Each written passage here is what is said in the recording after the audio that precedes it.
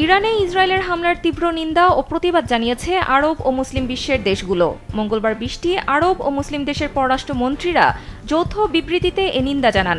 একই সঙ্গে দুই দেশের মধ্যে উত্তেজনা কমানোর আহ্বান জানান তারা। এরই মধ্যে ইরান ইসরায়েল সংঘাতের পর নাগরিকদের নিরাপত্তায় নানা পদক্ষেপ নিয়েছে বিভিন্ন দেশ। দূতাবাস থেকে নিরাপত্তা সংক্রান্ত বিভিন্ন নির্দেশনাও দেওয়া হয়েছে। সংঘাত শুরুর পর পার্শ্ববর্তী মুসলিম দেশে পালিয়েছেন শত শত বিদেশি। মঙ্গলবার আল জাজিরার প্রতিবেদনে এ তথ্য জানানো হয়েছে। এতে বলা হয়েছে, ইসরায়েলের হামলা শুরুর পর থেকে প্রতিবেশী দেশ আজারবাইজানে সরে গেছেন শত শত বিদেশি নাগরিক।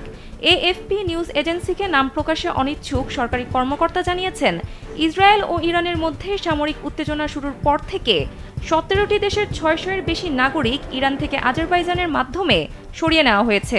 স্যান্ডেলিনা সো, রূপচর্চায় আভিজাত্য।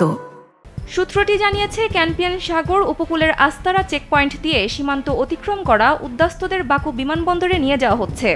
এরপর সেখান থেকে আন্তর্জাতিক ফ্লাইটের মাধ্যমে তাদের নিজ নিজ দেশে পাঠানো হচ্ছে।